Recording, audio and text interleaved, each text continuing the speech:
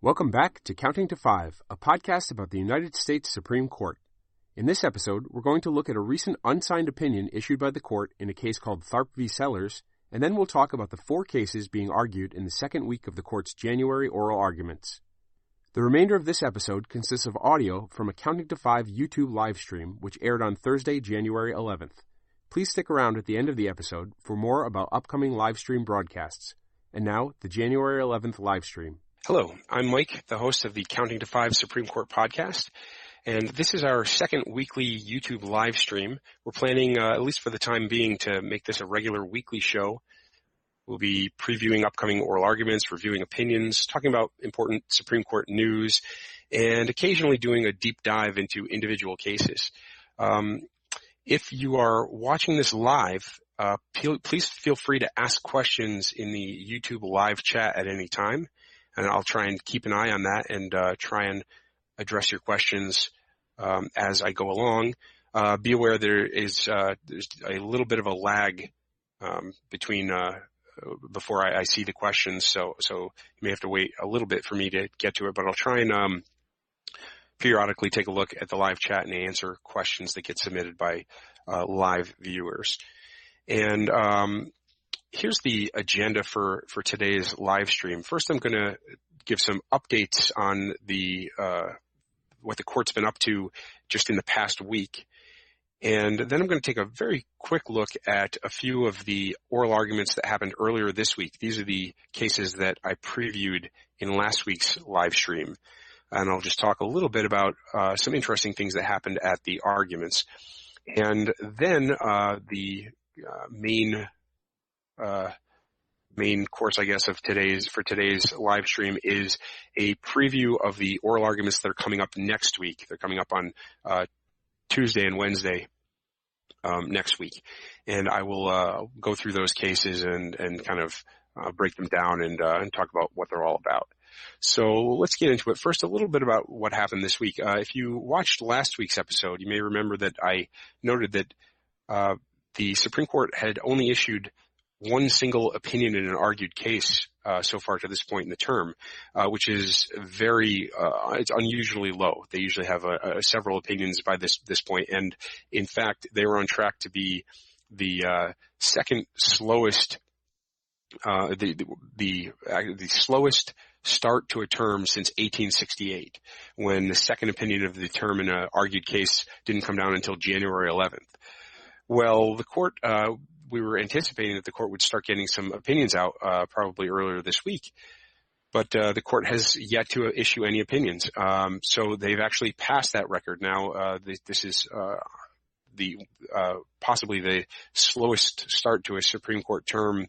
I haven't seen an update on if there was any pre-1868, but one of the slowest terms ever. It seems like the opinions have to be coming soon, so hopefully next week we'll actually see some. I checked earlier today, and the court had not yet announced any opinion date, any expected opinions coming down next week. So we'll see. We'll see how long this goes before they start actually deciding some of the cases that were heard in the fall. One other thing I talked about last week was the court's caseload. They have a very low caseload right now. The total cases that they have agreed to hear so far and have scheduled, cases they've scheduled or cases they've agreed to hear but haven't yet been put on the official calendar is only 52 cases, which is very low. Even in low years, we've had several very light caseload years. In recent years, they've been in the low 60s. Right now, we've got 52 cases, and basically the month of April's argument calendar is basically open, and that's the last month of oral arguments for the term. And basically January is the last chance for the court to grant new cases that will be ready in time for the April arguments rather than have to be held over till next year. So we were anticipating that the court maybe would start getting some cases granted to try and fill up that April calendar. But again, this week, no cases were granted, no new cases. Now, this Friday, tomorrow, that's January 12th, the court has another conference where they'll be considering a number of cases to possibly grant. So it would not at all be surprising if either Monday morning or late Friday afternoon, because when the court is trying to get things on the calendar like this, they like to not waste time and get by granting right away on Friday, it gets the briefing calendar, the briefing schedule rolling right away. So it would not be at all surprising if this late Friday the court grants some cases to start filling up that April argument calendar, but there's no telling until we get there. So it'll be interesting to see. We should hopefully we'll get a few additional cases granted, if not this week, then next week. But again, no way to know until it happens. Now, I said there'd been no opinions this week in an argued case, but there was one per curiam opinion on Monday the 8th. The court issued a new per curiam opinion. So a per curiam opinion is an opinion that isn't signed by an authoring justice. It isn't an opinion by, Chief Justice Roberts or Justice Ginsburg or one of the other justices. It's instead issued by the court as a body. And the court's typical practice, there's occasional exceptions, but it's very standard, is in argued cases, cases decided after full oral argument, the court issues signed opinions, and the justices all either sign on to a majority opinion or they write or sign on to a separate dissent or concurring opinion. But when the court issues a summary decision, that's a decision made without oral argument, it typically issues a per curiam opinion. Summary decisions are where the court, when the court has a petition for certiorari, that's the formal petition asking the Supreme Court to take the case. And sometimes, instead of granting the case and then setting it for oral argument to be eventually decided after full briefing, the court will grant the case and then immediately issue an opinion on that case at the same time that the case is granted, and that's known as a summary decision. And usually they're reversing or vacating the lower court decision, and a majority of the court at least have decided that the case is not worth their time hearing, but the lower court was wrong. Decidedly wrong and can just be overturned. And they do this on a somewhat regular basis. There's usually maybe half a dozen to a dozen of these per curiam summary decisions a year. Often the court uses it to kind of police the lower courts to try and keep them in line in areas where the Supreme Court might think that a particular lower court isn't properly applying Supreme Court precedents. So the court will just step in to try and set them, get them back in line, basically. But this week's case is it's kind of an interesting one, and it drew, unlike many of the per curiam opinions are unanimous, not by any means all, but many are unanimous. This had it was decidedly contentious. So the case is called Tharpe v. Sellers. It's very procedurally complicated. I'm not going to go into a lot of detail unless there's specific questions from the viewers, but the basic facts are this. A man named Keith Tharpe was charged with murdering his estranged wife's sister by shooting her with a shotgun in the course of kidnapping his wife. He was convicted and sentenced to death. But some years later, 7+ years later, after his conviction, Tharpe's attorneys obtained an affidavit from one of the jurors who convicted him. And the affidavit basically contains a lot of just flatly racist statements. And Tharpe, who is black, was characterized in the affidavit as not being the good type of black folks. And the juror indicated that because of that, choosing between life and death for Tharpe just didn't really matter. It wasn't a big deal. He also went on to say something to the fact that he wondered if black people even have souls. So some very incendiary kind of statements that very clearly show a racial animus. He also claimed in the affidavit that some of the other jurors in deciding to convict and sentence Tharpe had said that they wanted to send a message to black people that they couldn't get away with killing each other. So these are the statements that were made in this affidavit that was brought some years later, was brought forth some years later after the conviction. So Tharpe brought a habeas corpus action on the basis of this affidavit, and I don't want to get into all the details of it, but eventually he gets to a point where he's seeking permission to appeal to a federal court of appeals.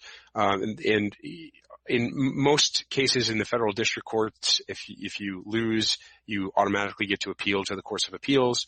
But in certain types of cases, including these habeas cases, you have to seek permission of the court of appeals. You get a certificate of appealability from the court of appeals that allows you to appeal. Now, the court of appeals denied that. So Tharpe, what he's coming to the Supreme Court with is a appeal to the Supreme Court of the Circuit Court of Appeals' denial of his request for a certificate of appealability. So it's a little complicated, the procedural aspect of it. But basically what the Supreme Court did is the court held in this per curiam opinion that this affidavit at least debatably provided clear and convincing evidence that the jurors' racial animus had a serious, effect on the jury's verdict. And because of that, the court said that the grounds that the Court of Appeals decided on, the reasoning they decided on in denying the certificate of appealability was invalid reasoning. So they are sending the case back to the Court of Appeals kind of for a do-over. But they did not say that the Court of Appeals should necessarily issue a certificate of appealability because there are other issues out there, procedural issues that might prevent his habeas action from going forward. And so the Court of Appeals is going to get to consider those other issues that might bar him from going forward. So it's still an open question whether he'll be allowed to appeal and continue to bring this action or not. The opinion is very short. The majority, the per curiam opinion is less than 3 pages long, but it is accompanied by a lengthy dissent, some 13 pages or so, by Justice Thomas, who's joined by Justices Alito and Gorsuch. And it's a pretty aggressive critique or attack on the per curiam majority, and he basically accuses the majority of bending the law because of these extreme statements in the affidavit, that the court is unwilling to follow standard neutral principles of law that it should be applying in every case, but is kind of twisting things because of how bad some of these statements in the affidavit are. But in the course of this opinion, he makes a number of other strong criticisms of the action by the majority. He argues that the court ignored inconvenient facts that were considered and were found very important by the lower court. And one is including that the juror who signed this affidavit apparently only days later signed a second affidavit where he basically recanted the first and claimed he had been very drunk when he was approached by Tharpe's lawyers, and also that 11 of the 11 other jurors, every other juror on the jury panel, denied that there was any consideration of Tharpe's race in their deliberations, which contradicted the original affidavit. One of those jurors submitted their own affidavit, and the other 10 gave live testimony contradicting the affidavit. And Thomas goes on, he also argues that the court failed to properly give deference to the decisions of the lower courts that are being reviewed here. And again, it's procedurally complicated, but the ultimate factual decision about whether juror racial bias affected the decision is wrapped up in this case in several layers of procedural questions with different standards of review, some of which are very deferential, where a reviewing court is supposed to give a great deal of weight to the lower court's assessment of the facts. And he also argues that the Supreme Court misconstrued the ground on which the Court of Appeals opinion rested. and in order to avoid having to deal with some issues that the court didn't want to deal with. And he suggests that the court is being hypocritical. It's kind of pretending to take a strong stand against the effect of racial animus in a jury, but the way that they've sent this case back to the Court of Appeals without addressing these procedural issues that will likely end up barring Tharpe from getting any real relief means that the court is pretending it's striking a blow against racial animus while taking an action that will likely provide no benefit in the long run to Tharpe. That's Thomas's characterization. And finally, he argued basically that this wasn't the kind of case that was fit for summary disposition. This is the kind of case that deserved full briefing and oral argument if the court was going to decide it. So he makes all those kind of arguments, and again, the majority doesn't really address any of those head on because it was just a short 3-page opinion that doesn't really get into those. So it presents interesting reading. It'd be interesting to know what the members of the majority how they might have responded, but we don't have that here, so we just left to speculate on that. More quick comments about this case. There were three justices in the dissent, Thomas, Alito, and Gorsuch. So it looks like a 6-3 decision, but in per curiam's, it's an odd feature of per curiam opinions is that dissents are not always noted.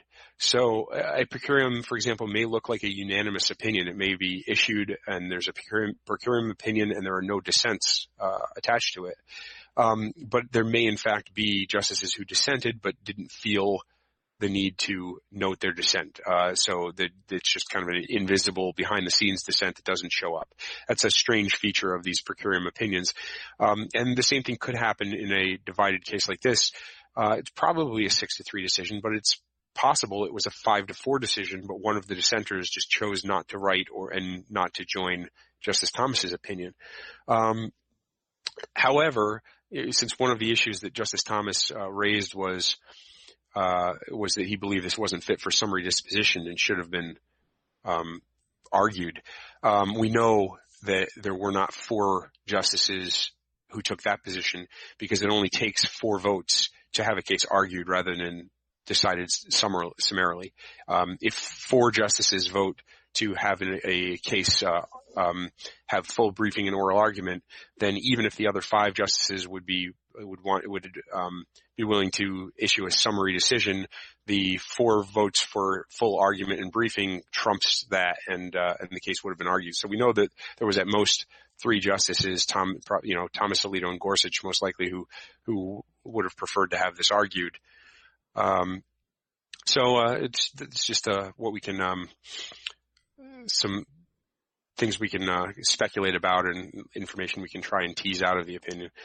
And this is another example, and we saw some of this. Justice Gorsuch was only on the court for the last argument sitting of last term. He was on for the April argument session, which was the last of the term.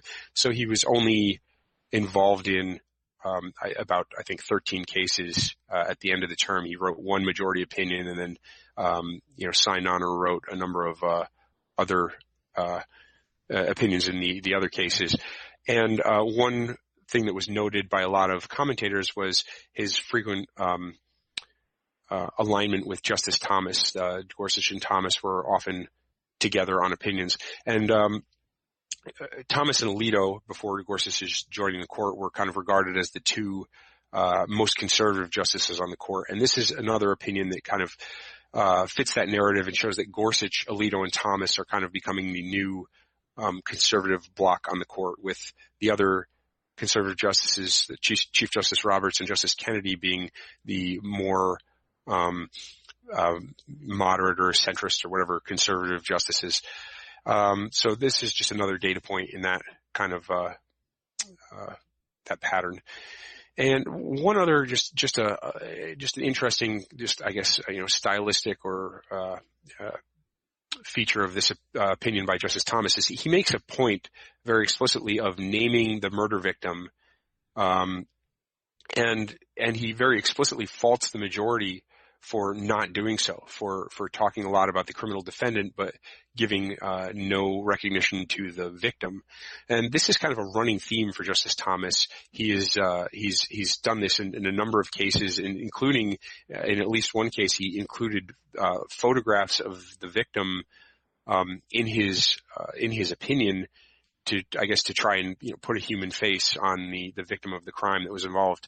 So that's just kind of gives you a little insight in his his mindset, how he is looking at these types of cases. I'm going to really quickly turn to oral arguments that were heard this week. In last week's live stream, I previewed a bunch of cases. I'm just going to talk real quick about a couple of them. Two of the cases were Fourth Amendment cases about the searches of automobiles. One was Byrd v. United States, and that was about a search without probable cause of a rental car that was driven by an unauthorized driver. Interesting thing in this case was Justice Gorsuch, in the course of this argument, was appeared to be coming down on a pro defendant side that'd be a more protective against intrusive police searches, but he was proposing a kind of property law based approach to whether there was a sufficient privacy right that the police needed a higher standard of cause before they could search, and that is there's a test in Fourth Amendment law that comes up frequently over and over. It's a long-standing test. It's the reasonable expectation of privacy test, and it's been criticized from a lot of different directions as kind of indeterminate, not very helpful in figuring out when there is or is not a reasonable expectation of privacy.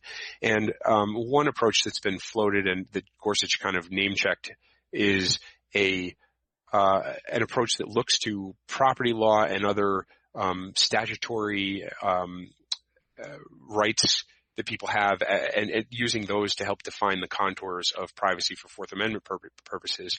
And Gorsuch is kind of pushing that again here, and it's an approach that was seen in some of the opinions of his predecessor, Justice Scalia, who wrote some interesting kind of property law based opinions that looked to concepts like trespass to determine whether there was a Fourth Amendment violation.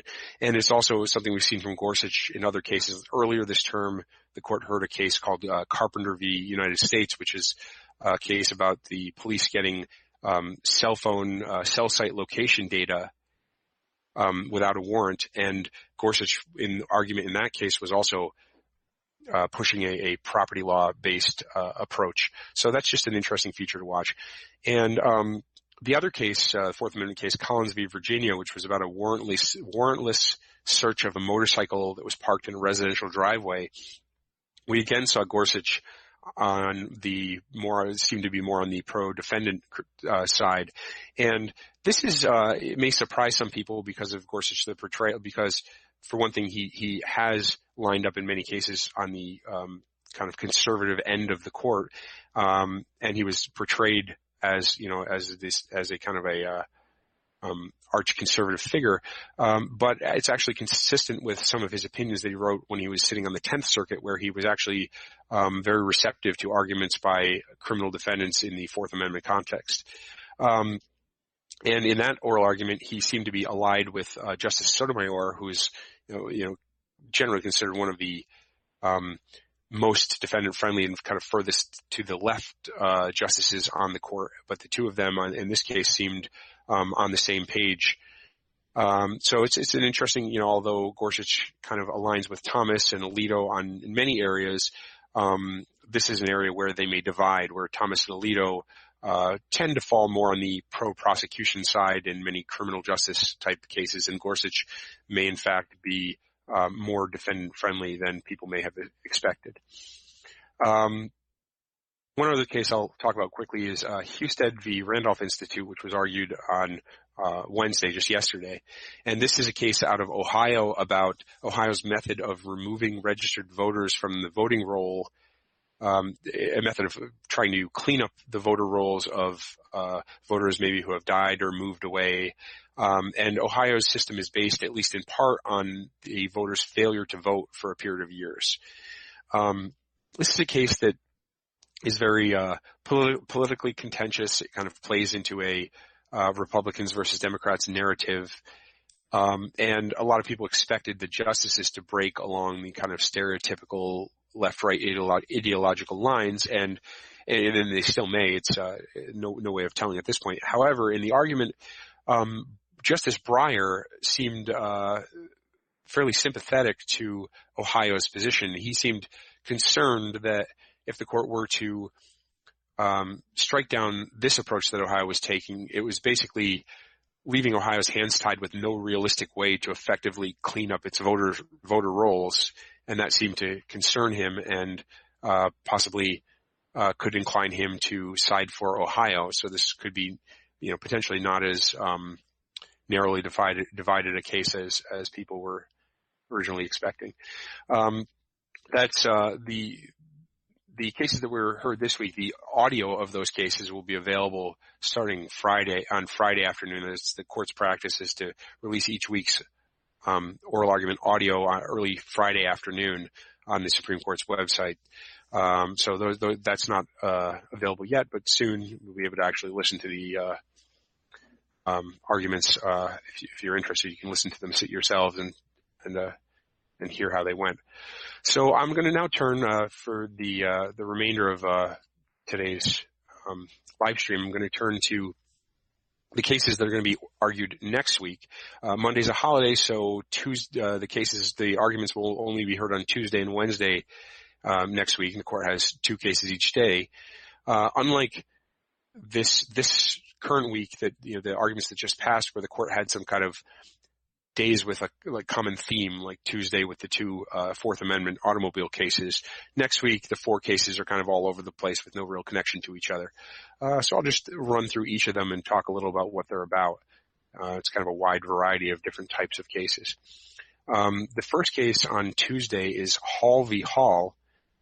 Now, this is a dispute between 2 siblings, Elsa and Samuel Hall, over the control of their late mother's estate.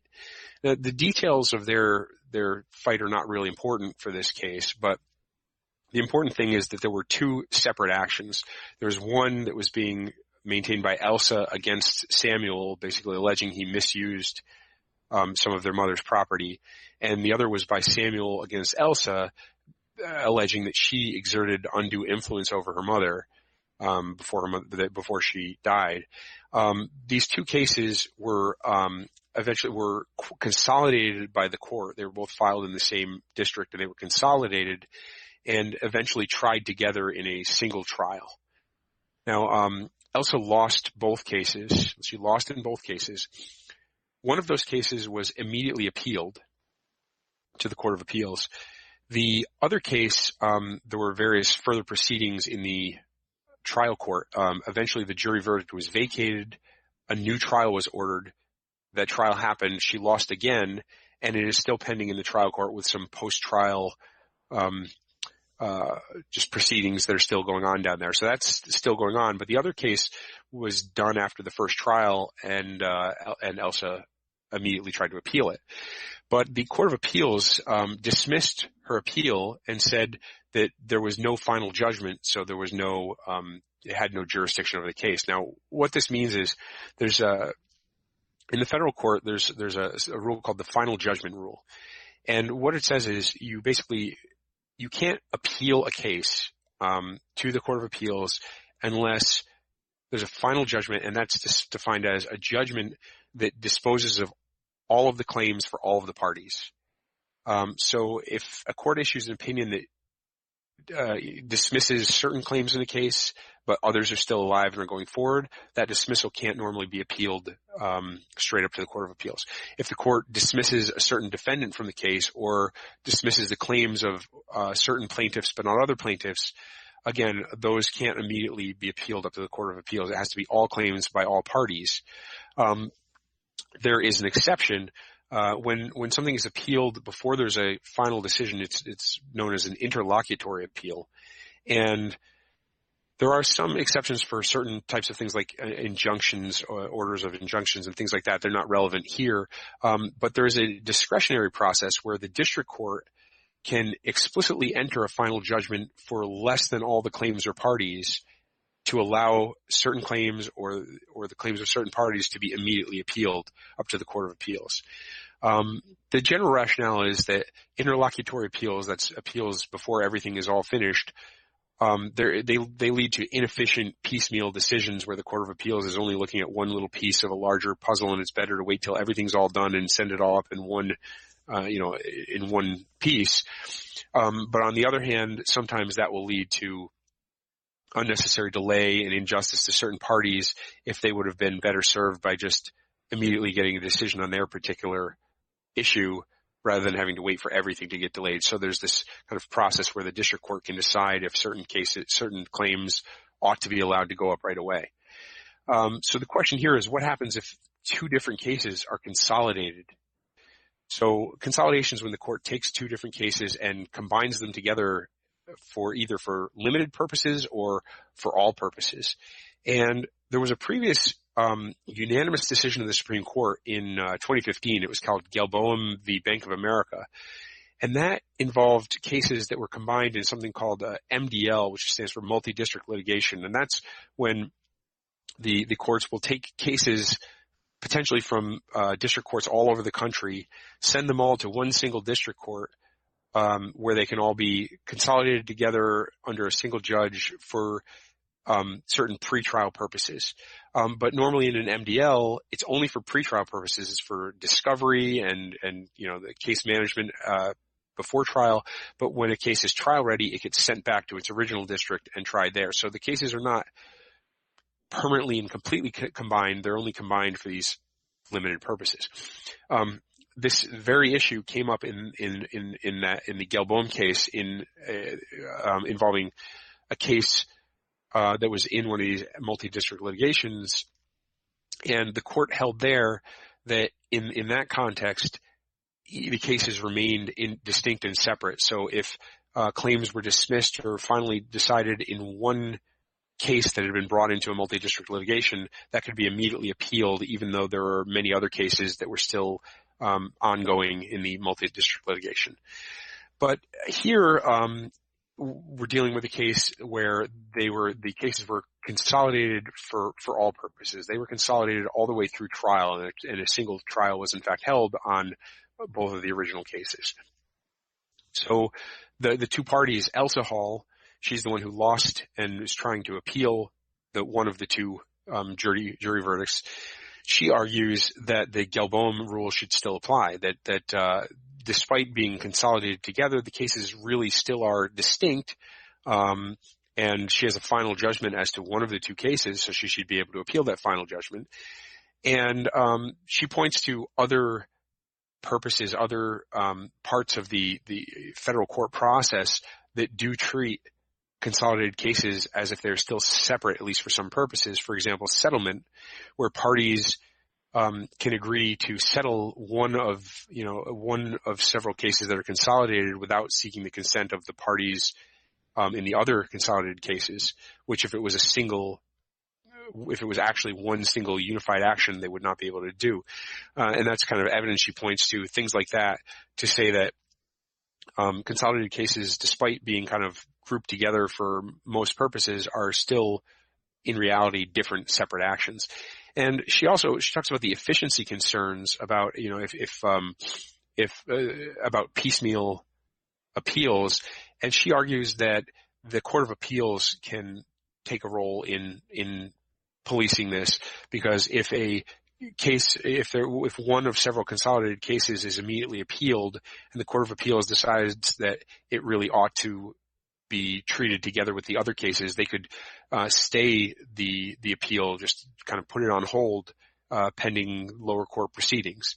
So that's kind of her argument. And then on the other hand, Samuel Hall, he's the one who won below and is fighting the appeal. he argues that consolidation for all purposes, it really truly does combine the two cases so that the rule in Gelboim shouldn't apply and this should be treated like a single action.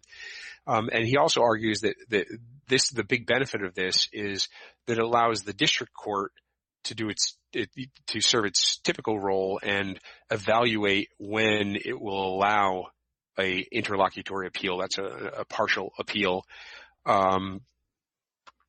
Because the trial court is in a situation where it knows the case well and it's been managing the case and has a better grasp on what would be more efficient in the long run.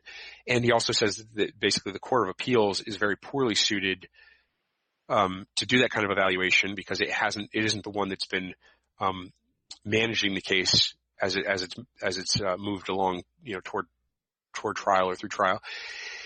And that also the Court of Appeals just has no established system for making that kind of a decision of when to stay cases. So it's kind of opening up a whole new area that the courts of appeals have never had to worry about before.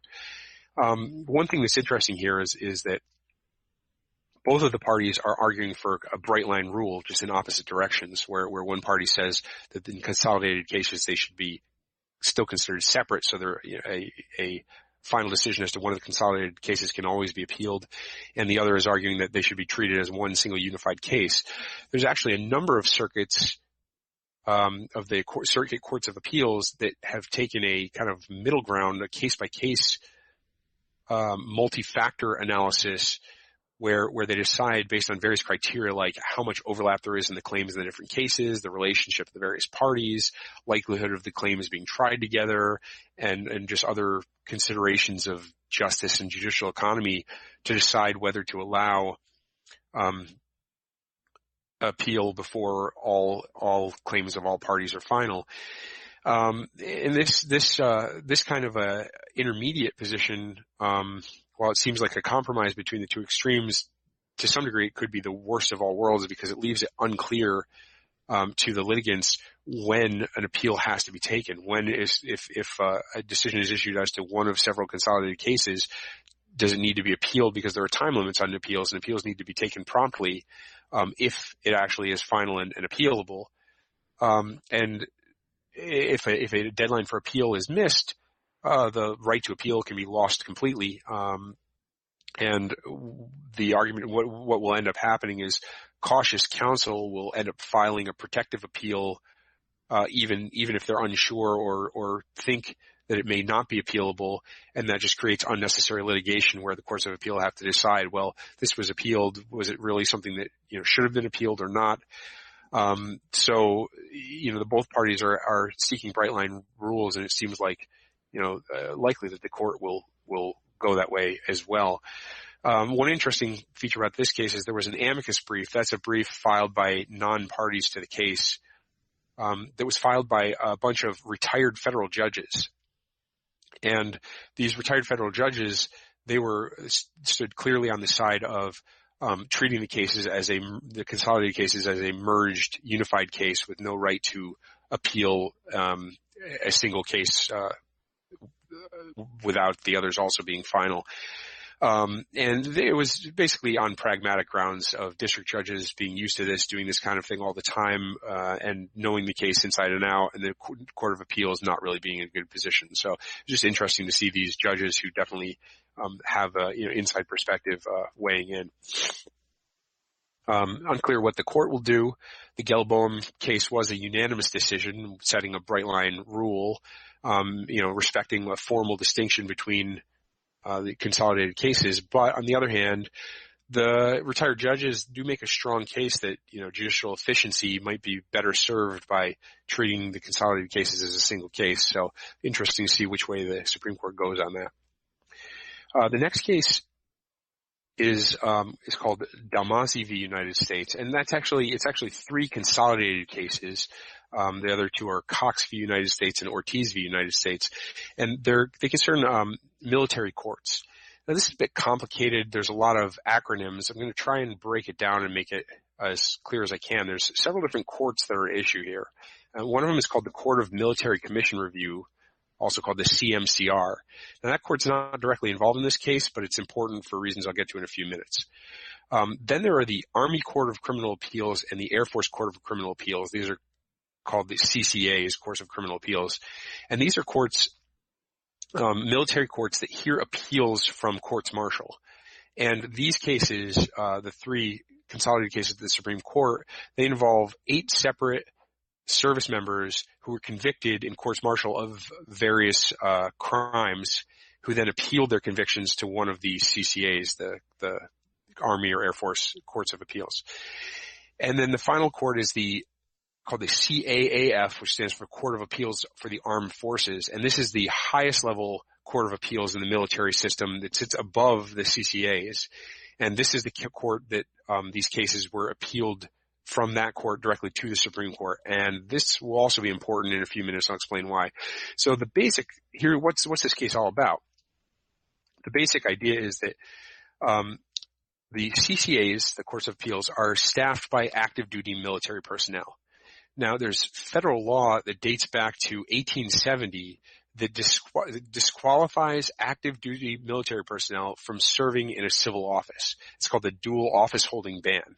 And the intention of this was to protect the civilian control of the government by preventing encroachment by military personnel. There was a concern after the Civil War that there might be the ranks of various civil offices in state and federal government filling up with active duty military personnel, and we'd end up having effectively a military government through these military officers serving in civilian government roles. And so this law was passed to prevent that. And it's been amended in various ways over the years, and the current law has various exceptions for certain types of positions, but one of the prohibitions that it does have is it prohibits military personnel from holding an office that requires presidential appointment and Senate confirmation. Okay. So that brings us to the CMCR. That's the Court of Military Commission Review. This was a court created in 2006, and what it does is it hears appeals from the Guantanamo military commissions. And it's kind of an intermediate court between the Guantanamo military commissions and a federal court of appeals that these commissions can be brought to. So the case could be heard in the Guantanamo commission, appealed to the CMCR, and then appealed from there to one of the normal civilian federal courts. Now, there are 2 ways that someone can be appointed as a judge on the CMCR. One is that the Secretary of Defense can assign an individual to that court who's already a appellate military judge. So the Secretary of Defense can take a current appellate military judge, for example, someone serving on one of the CCAs, and appoint them and assign them to also serve on the CMCR at the same time. Or judges can be appointed, and this could be either civilians or military personnel. They could be appointed by the president and confirmed by the Senate. Now, several judges on the Army and Air Force CCAs were appointed by President Obama and confirmed by the Senate. And each of the criminal defendants in this case was someone who had their appeal heard by a CCA panel that had at least one judge who was also appointed to the CMCR. And what they're doing is they're challenging their convictions as violating the dual office holding ban because the court that heard their appeal included an officer who was in violation of that ban. So there's a lot of different kind of issues here. I don't want to get too deep in the weeds, but there's a lot of questions about whether the CMCR actually is a civil office, whether these positions actually require presidential appointment, and also whether the question of what's the remedy. Traditionally, in dual office holding situations, upon accepting an incompatible civil office, a military personnel would forfeit their military position. And the criminal defendants here have argued that should apply in this case. But the government argues that there have been various changes to the law that make that no longer applicable. There's also another, even aside from the dual office holding issue, there's a separate argument that it's kind of a complicated argument that the system of having individuals serving on both the CCAs and the CMCR violates the Constitution's Appointments Clause, which is the clause that specifies how different types of government officials are supposed to be appointed to those offices. That's a little complicated. I'm not going to get into detail on that at this point, but that's another issue that's floating out there. And then there's one final kind of big monkey wrench in this case, and this one's pretty interesting, so I'm going to kind of mention it briefly. There was a amicus brief filed by Aditya Bamsai, who is a law professor at the University of Virginia, and he filed an amicus brief on his own behalf, not representing any other organization or anything. And he basically makes the argument that the Supreme Court has no jurisdiction over appeals from the CAAF. That's the highest the Court of Appeals for the Armed Forces, the higher up court, and that the court can't basically take appeals from that court in the first place. And the basic argument is the Constitution gives the court two different types of jurisdiction. The Supreme Court has what's called original jurisdiction, which means there are certain matters that can be brought directly in the Supreme Court right from the start. But for most types of cases, the court only has appellate jurisdiction, meaning it can hear appeals from lower state or federal courts, but can't hear those types of cases in the first instance by itself. But the argument here is the CAAF, which is housed within the military, is not a real court. It's an executive body exercising executive power in the military, not exercising judicial power, and therefore an appeal from the CAAF to the Supreme Court is really, in constitutional terms, a brand new action in the Supreme Court challenging an administrative determination rather than a true appeal from a court, from a judicial body. And so the argument is the court has no jurisdiction, just can't hear this case in the first place. And this is very interesting because this is not an argument made by either of the parties to the case.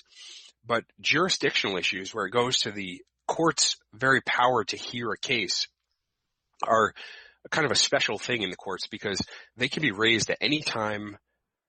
They can't be waived by the parties. The parties can't say, oh, don't worry about that, I'm not concerned.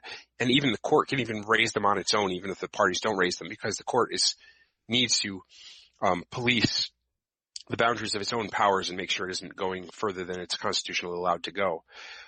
So in this case, the court actually granted Professor Bamsai oral argument time on this issue. So he'll be having 10 minutes in the argument next week to discuss this issue of whether the court has jurisdiction at all. So that's the Tuesday cases. I'm going to run real quickly through the two cases that are going to be heard on Wednesday. The first one's a case called Encino Motor Cars v. Navarro, which is a case about the Fair Labor Standards Act, or FLSA, which sets federal overtime pay requirements, but carves out exceptions for certain jobs, including some car dealership employees. Now, this case is what's sometimes called a repeater, a Supreme Court repeater. The same case was up at the Supreme Court just 2 terms ago, and in 2016, the court issued an opinion in this case, basically sending it back down to the lower court for a new decision. I won't get into the details there, but the case has now come back up, and it deals about this very specific question of statutory interpretation. The question is, are service advisors at car dealerships covered by the FLSA? Now, service advisor is a kind of a sales type position that's involved in selling repair and maintenance services to customers. The service advisor doesn't actually perform any maintenance on the car, but they talk to customers and advise them on what services the dealership can provide. Now, there's an exemption in the FLSA for, quote, any salesman, partsman, or mechanic primarily engaged in selling or servicing automobiles. And the argument here is over whether that language encompasses these service advisors. And there's a bunch of different arguments based on kind of careful parsing of the language. And the basic argument from Encino Motor Cars, who's arguing that they are exempt, is that they are a salesman, which is one of the service advisors, a salesman. They're selling things to the customers, and they're primarily engaged in servicing automobiles. They work with the service team, and so therefore they fit under both one of the categories of exempt employees and one of the categories of duties, of job duties. There are salesmen involved in servicing automobiles, and the other side, the Navarro, which is the employee who is seeking overtime pay under the FLSA, argues that that's just not the right way to read this, and that basically there's a few arguments, but one is that a better reading of the argument where it says salesmen, partsmen, and mechanics engaged in selling and servicing. The salesman really applies to selling of automobiles, and where the partsmen and mechanics are the ones that apply to servicing of automobiles. And that's a better way of kind of parsing the language of that statute. There's a bunch of other kind of very particular arguments about details of how the language is written, but that's the basic issue there. So it's just a kind of a nitty-gritty, details of how the statute is written and what those words mean in context. And the court's going to have to decide how that what that really means. So one final case. This is the last case for next Wednesday, is a case called McCoy v. Louisiana. And this is a case with some pretty startling facts. It involves a murder prosecution, and the petitioner is the criminal defendant named Robert McCoy. He was charged with a triple murder of his estranged wife's mother, stepfather, and son. And he maintained his innocence, claiming he was out of the state at the time and that he was framed by crooked police involved in some sort of cover-up. Now, he was represented in his trial by an attorney named Larry English. And throughout the pretrial and into the trial, McCoy was pushing English to develop an alibi defense, insisting that he had been out of state and was not involved in this. His attorney, English, became convinced that McCoy was guilty and that the evidence was overwhelming against him. And the attorney ultimately decided that McCoy's best hope was to concede to the killings, admit to it, and seek leniency from the jury due to his diminished mental capacity. Basically, he felt that his client was delusional and out of touch with reality, and that his best chance of not winning the case, but of hopefully saving McCoy's life from a possible death penalty, was to seek leniency on the basis of this, mental defects. What ended up happening is, at trial, the attorney, English, repeatedly told the jury that McCoy was guilty. During the opening statement of the trial, during the closing argument, throughout the course of examining witnesses, he flatly told the jury that his client had actually killed the people. And McCoy, who objected to this before and during the trial, and ended up taking the stand on his own behalf to insist on his innocence, he challenged his conviction, saying that it was ineffective assistance of counsel to concede his guilt at trial against the client's express wishes. And here, because McCoy directly pleaded with the judge to try and get his counsel to not take this tack, there's no dispute that the client definitely did not want him to take this approach.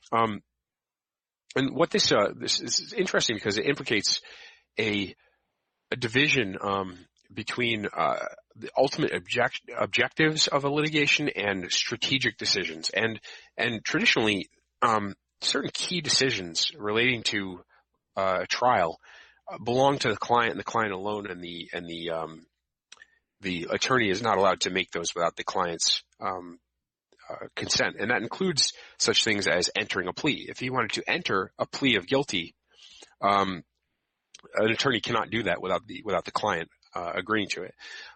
But strategic decisions, tactical decisions of how to conduct a case, how to frame the evidence, and whether to pursue certain arguments instead of other arguments, those type of tactical decisions are supposed to be the province of the lawyer, and actually the client does not necessarily have any right to override the lawyer's judgments on those type of issues. So here McCoy is arguing basically that the choice of conceding guilt is so fundamental in a criminal trial that it just must belong to the client, not the lawyer.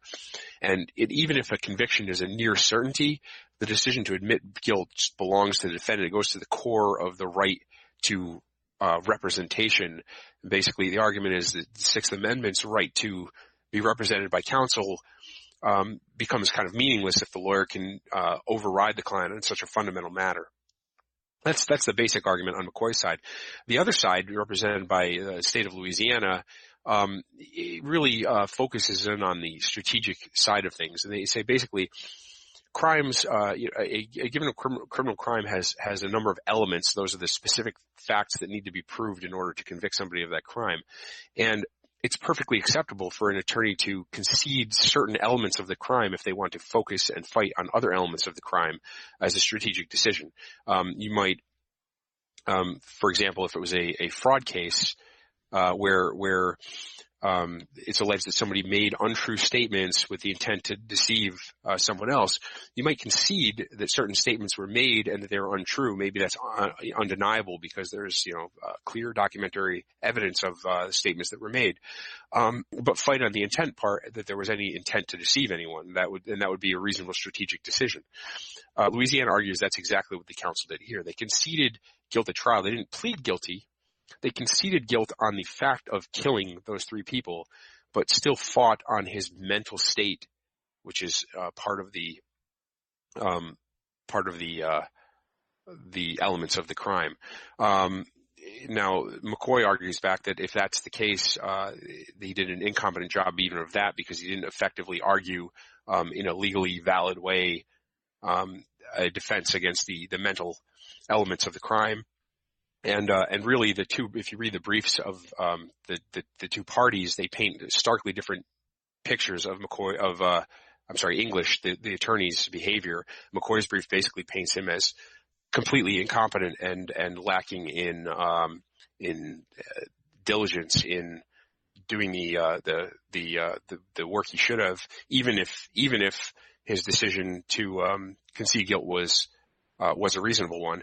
On the other hand, Louisiana really is trying to paint a picture of a lawyer who is placed in a really tough position with a delusional client who's insisting on putting on a frivolous defense that's going to lead him straight to the death penalty.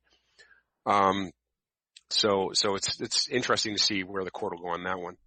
And that brings us to the end of episode 19. As of this recording, the next scheduled live stream will be on Thursday, January 18th at 9 p.m. Eastern. We're trying to broadcast these on a regular weekly basis, and at least for now, we'll be live on Thursday evenings at 9 p.m. Eastern Time. Please check the Counting to 5 YouTube channel to find the next scheduled live stream. If you join us during the broadcast, you can ask your own questions in the live chat, and I'll do my best to answer them on the air. Links to resources related to this episode can be found in the show notes at countingto5.com. That's TO and the number 5. You can leave comments and questions on the show notes post at countingto5.com, on the Counting to 5 Facebook page or YouTube channel, tweet at Counting to 5, or send an email to mike@countingto5.com. You can call and leave questions and comments on the Counting to 5 voicemail line at 774-226-8685. That's 774-2-COUNT-5. Your feedback helps us bring the content you want to hear.